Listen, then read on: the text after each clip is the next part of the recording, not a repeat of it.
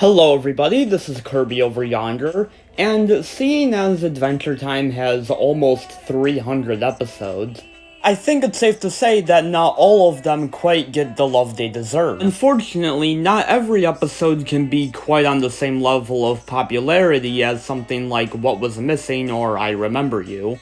Heck, there are even some episodes that I myself feel like I've overlooked in the past. So that's why I'm doing this video, to shine some light on some episodes that I really like that I don't feel like get enough attention. My only rule here is that I'm not allowed to include any episodes from my top 10 favorite Adventure Time episodes list. While I certainly feel like an argument could be made for episodes like Holly Jolly Secrets or Cloudy, I've already highlighted those episodes in that video, and to do so again would be kinda pointless. Also, these episodes aren't necessarily ranked in how much I like them, just in how overlooked I think they are. And if you have any episodes that you feel like are overlooked that I don't mention in this video, then please feel free to tell me in the comments, and maybe I'll do a sequel to this one.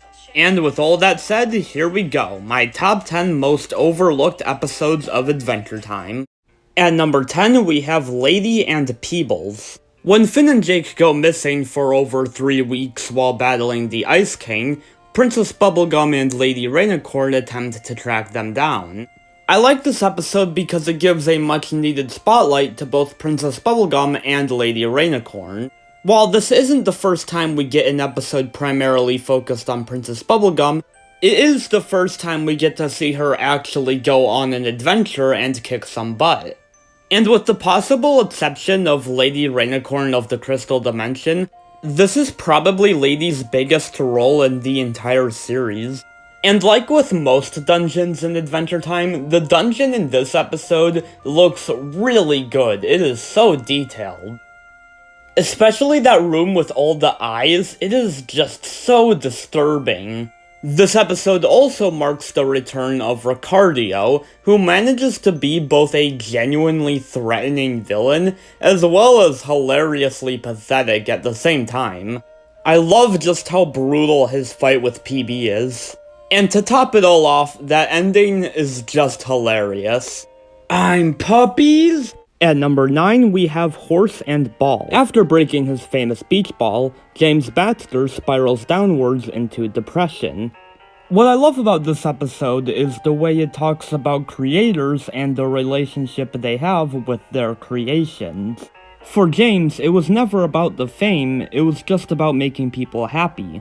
But he also has to make himself happy, and just because he's known for doing one thing, doesn't mean he can't move on to something else. There are other things I enjoy about this one too, like I love just how starstruck Finn is to be around his idol, and Shelby has some pretty great lines too, and he actually works surprisingly well as a straight man to Finn.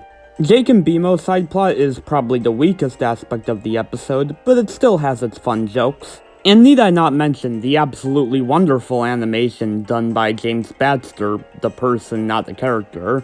It really is just a treat to look at. Horse and Ball is a very thoughtful and introspective, but also very fun episode, and in my opinion is better than the first James Baxter episode. And thanks to this episode, I can officially call James Baxter my second favorite cartoon horse to have dealt with depression. At number 8, we have Princess Monster Wife, where Ice King steals a bunch of Princess's body parts to make his own princess, with blackjack and hookers. This may sound like a silly episode concept in theory, but in execution makes for an actually very thought-provoking episode. We get to see an actually very empathetic side to the Ice King's character in this one. Don't get me wrong, it was definitely wrong for him to have stolen all of those princess parts, but the episode shows that the Ice King actually is capable of caring for other people. And it's very easy to sympathize with, well, she's not actually given a name, I'm just gonna call her Princess. Princess never asked to be created, and it's not her fault she looks the way she does, yet everyone around her treats her like a freak anyways. The song in this episode is also pretty nice. and I swear I crack up every time I hear the Ice King's high note. It's just so funny. The episode ends with Princess giving her parts back to those who lost them, a fittingly melancholic note for the episode to end on. At number 7, we have What is Life? Honestly, I feel like you could make an argument for the entirety of Season 1 being overlooked. Sure, it's not the best season of the show, but it's neat going back to as a wacky, more episodic version of the show we've come to love. In What is Life, Finn creates Nepter, a little robot designed to throw pies at Jake as a prank. However, Nepter is unable to work at maximum capacity, so he and Finn infiltrate the Ice Kingdom in order for him to receive the power he needs to be fully functional. Nepter is actually one of my favorite side characters. His endless optimism and loyalty juxtaposed with how much crap he gets just makes him super endearing to me. This episode is also one of the first to add some depth to the Ice King's character. Ice King ends up zapping Nepter, giving him the power he needs to become fully functional. However, this also makes Ice King start viewing Nepter as a son, and he tries convincing him that he wants to capture princesses instead of playing pranks with Finn. Nepter obviously chooses Finn, leaving the Ice King sad and alone. The episode ends with Ice King fantasizing about watching the sunset with Nepter. It's an honestly very sad scene, and it's one of the first times the show actually focused on the Ice King's loneliness for an episode. Also, these balloons are some of my favorite one-off characters in the entire series. Yay, to the Mesosphere! Finally we can die! At number 6, we have Don't Look. In this episode, Finn gets cursed with eyeballs that turn anyone he looks at into a physical representation of how he views them. It's a really fun concept for an episode that provides for some really interesting insight into how Finn sees his friends. I especially love him turning PB into a quote-unquote teen boy heartthrob, as it's not only really funny, but also shows how much their relationship has evolved. Finn no longer sees PB as a love interest, and instead just one of the guys. And Finn turning the Ice King back into Simon is just really sweet. And much like with PB, also shows just how much their relationship has evolved. Though I will never forgive Finn for turning my boy Nepter into a microwave. But yeah, Finn ends up feeling bad about this, as he should, and turns himself into a monster that looks somewhat similar to his dad, symbolizing his fear that he's a bad father to Nepter, much like how Martin is a bad father to him. Finn's friends all say what they like about him, turning Finn back to normal, a very sweet climax to the episode. And then Nepter saves the day. Hooray for Nepter! At number 5, we have King's Ransom. When Gunther gets kidnapped, the Ice King enlists the help of Finn and Jake in order to save him. This is one of the first times, at least before the Elements miniseries, where we get to see Finn, Jake, and Ice King go on an adventure together, and it's really nice to see. The three work off of each other really well and have a very fun dynamic. It's also nice to see just how much the Ice King cares for Gunther, and that he'd do anything to save him, including risking his own life. One of my favorite scenes in the episode is when Jake uses his powers to make a bunch of lifeless clones of himself in order to get the Ice King's crown back from a bunch of foxes. It's a really fun use of his powers and provides for a pretty funny scene. This episode also sees the return of Betty, and while her appearance is very brief, it's nice to see her subplot finally getting some more progression. Overall, King's Ransom is a very fun episode that shows off just how great the dynamic between Finn, Jake, and Ice King is. At number 6, we have the Pajama War. In case you couldn't tell by my top 10 worst Adventure Time episodes, Season 6 is my least favorite season of Adventure Time. I don't hate it, it's not the worst thing ever, but there are a lot of episodes I really don't care for, and its tone as a whole felt very inconsistent with the rest of the series. However, just because I don't like Season 6 as a whole doesn't mean it doesn't have its fair share of good episodes. In fact, the two-part season premiere, Wake Up and Escape from the Citadel, are two of my favorite episodes in the entire show. And then there's the Pajama War, an episode I feel like I've overlooked in the past due to it being a part of my least favorite season.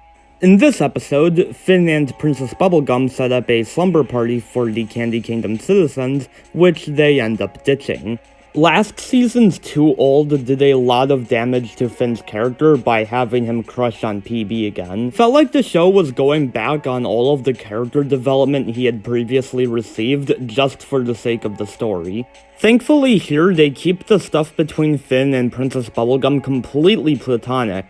And it's really nice to see the two just hang out in a very casual setting and have a fun time. Sure, there aren't any stakes, but not every episode needs stakes. These characters are likable enough to the point where just watching them hang out is entertaining enough.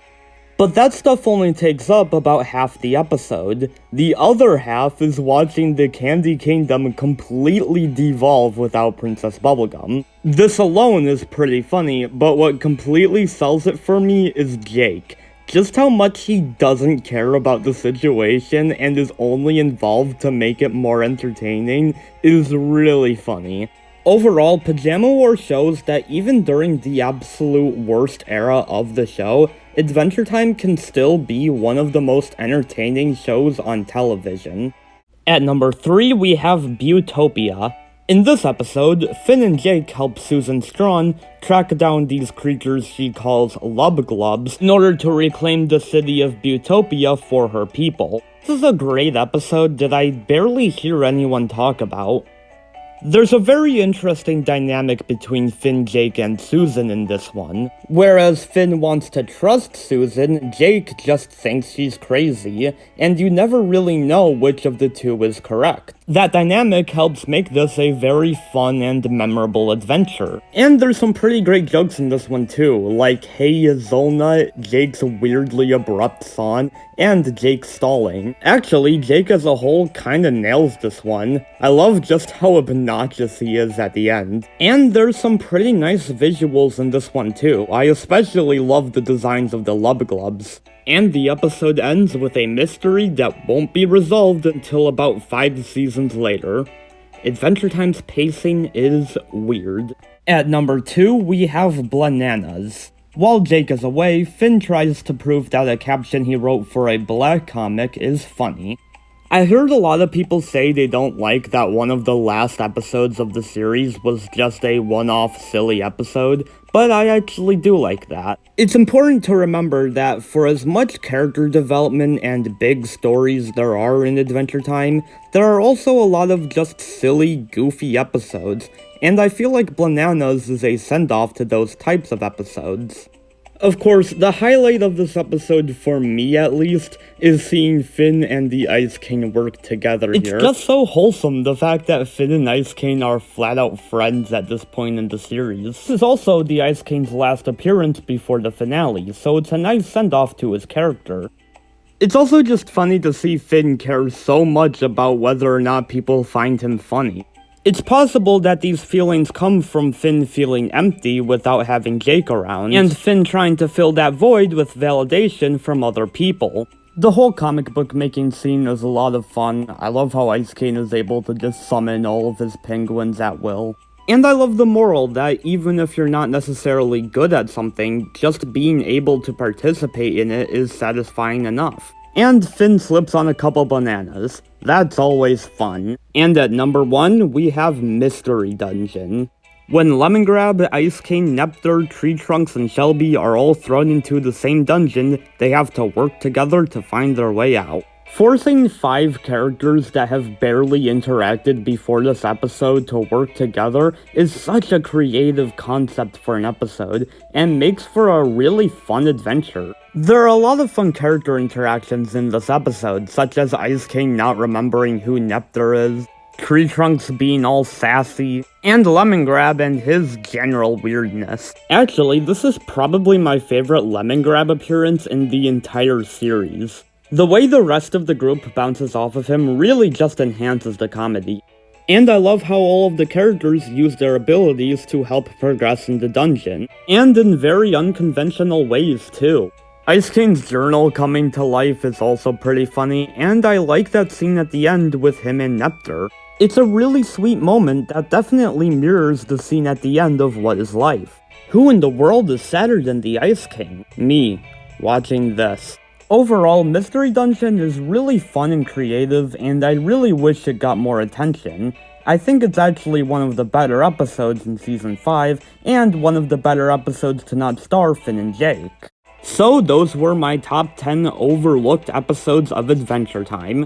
Pretty funny how 3 of them heavily involved Neptr. Guess I'm just a Neptr guy. Please tell me what you think of these episodes and what your most overlooked Adventure Time episodes are in the comments. And have a good day. Kirby, out.